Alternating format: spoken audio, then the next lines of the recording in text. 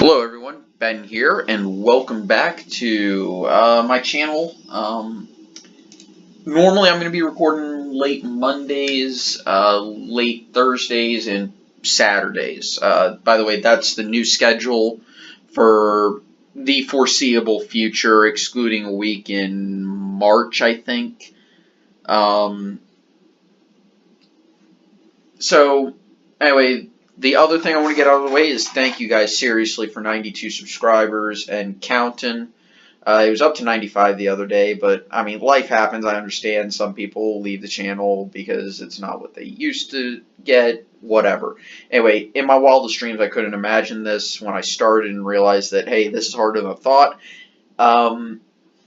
And keep going, and maybe we can have the, if we can get 100 subscribers special before, if we can get to 100 subs before my birthday in May, I'll be ecstatic. I truly would be. So, anyway, on to today's video. This is actually going to be my methodology for how I do predictions. Okay? And I'm going to bring up, ignore all of that. There's some craziness.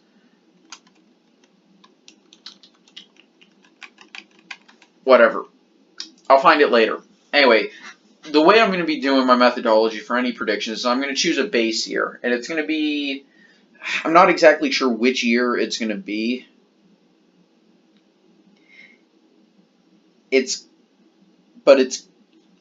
I'm not exactly sure which year it's going to be, but it's going to be between 68 and 80, 1968 and 80. And I'm going to average each state's difference from the national average. So let's say the nation votes dead even, 50% for one party, 50% for the other. And let's say, so that means the difference is whatever each state voted by. Let's assume that was true in 2016, where each candidate got 50%.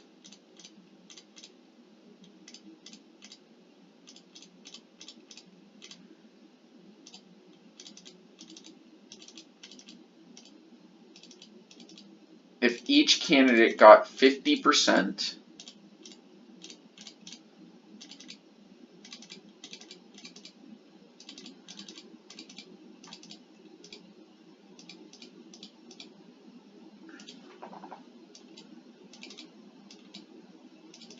that would mean New Hampshire would flip, Minnesota would have flipped, and I think that's actually it. Okay, so that would be what I'm kind of doing, is neutralizing each difference and then talking about sort of what I'm doing. But I'm not going to assume every election is 50-50. I'm going to take what I expect the vote total to be in favor of, and then average, add the, I'm trying to think of the best way to describe this.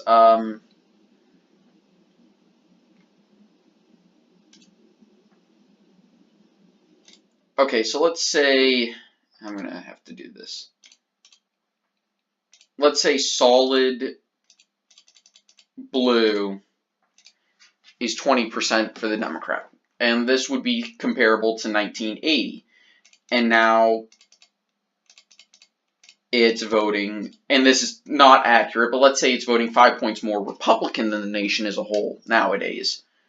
So over 80, 84, 88, 92, 96, 2000, 04, 08, 2012, 2016, over 10 cycles. And actually, I think I'm going to just do 10 cycles. So from 1980, okay, from 1980 onwards, it's shifted 25 points in favor of the Republicans. And this is a hypothetical. This is not accurate for what Minnesota is. But I'm using this as a hypothetical so I can do my math. So that's every that's 2.5 points in favor of the Republicans each election cycle.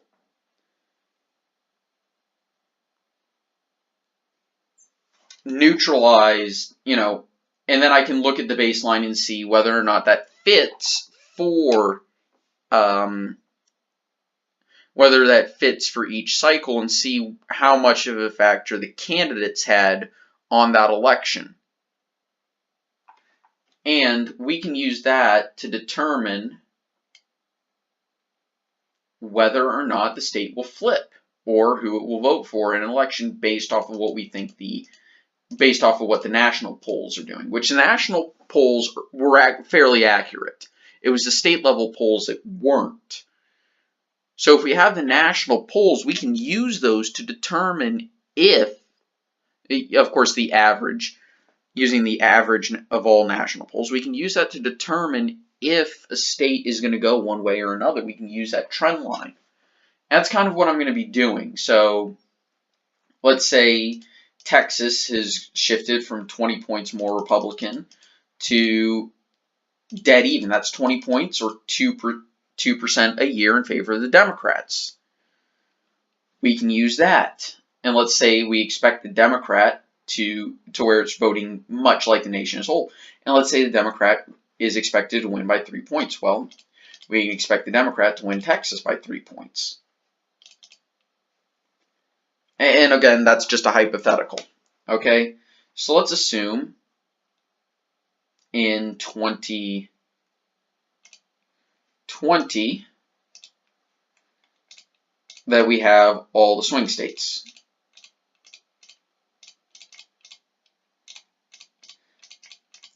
No, let's not go that far. I'm just going to reset it. We're going to switch it to these, close. All these blank states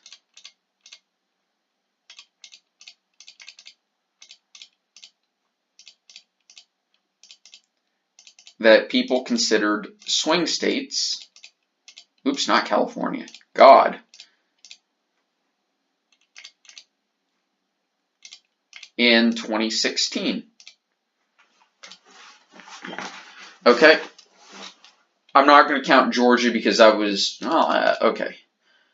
But let's say they voted like they did in 2016, except let's say that the election is won by Trump in 2020 by, let's say, 2 points, right?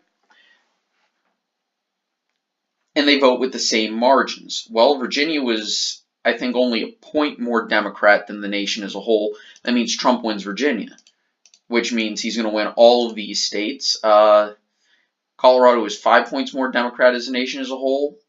Means Trump still loses. Nevada is, I think, 2 points, so that's a toss-up.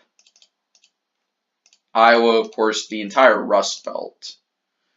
He'd win that. He would also only lose that by 1. So, again, this is a pretty indicative. But now let's say they vote, again, like the nation as a whole, except now, let's suppose the Democrat wins by 10 points. Right? Well, let's be a little bold here. And this is just off the top of my head.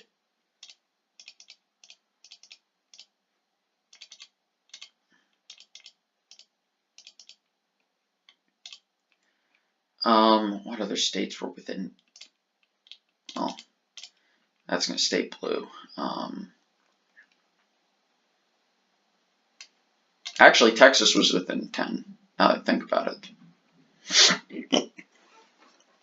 And let's say the Democrat wins by 10 points. Well, Texas is going to go, it's going to be a toss-up, but it would go blue. I'm going to count it. All of those states go blue. This goes blue. Of course, the entire Rust Belt goes blue. Georgia goes blue. And of course, we're not talking about, a Trump win. We're talking about a Democrat landslide and a repudiation of Trump, but I don't think that's going to happen.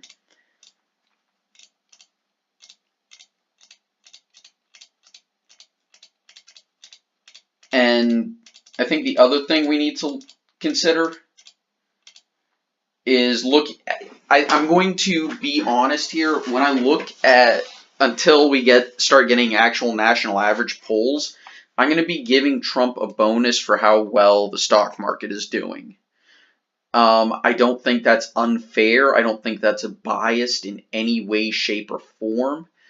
I I think that's the most reasonable course of action. We gave points to Obama for how well the economy was doing in his first term. When I say well, I mean how it was improving, even though it was a pretty sluggish recovery, if I'm honest, but it was a recovery.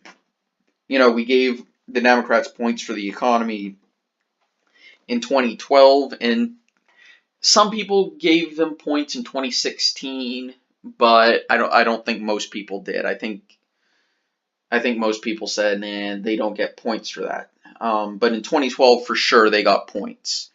So I don't think it's unfair to give Trump points for how well the economy is doing. So that's kind of a guideline. I'm going to give him like 2 points at max. It'll probably be 1 point added on to what I expect to what a pure even matchup would be between Democrats and Republicans, which I think is 50%.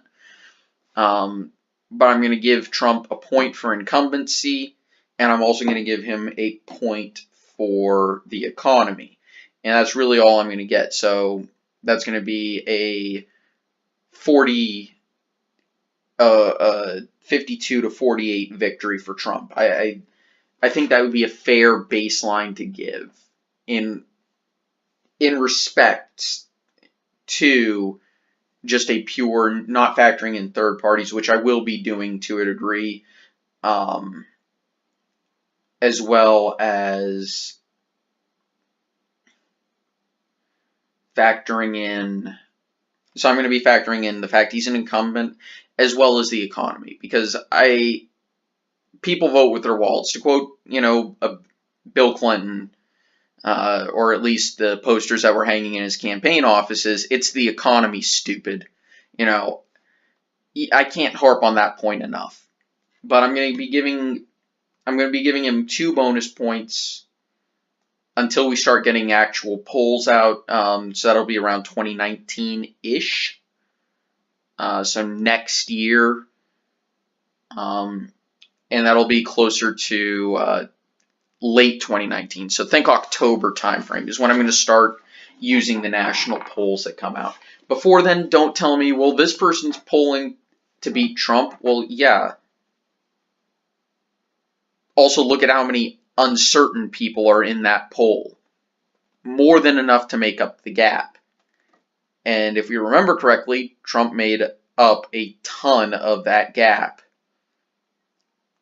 Anyway, guys, thank you so much for watching. Hope you have a nice day. And please, guys, if I stray from my methodology or I get my math wrong, let me know in the comments. It's important. Thank you.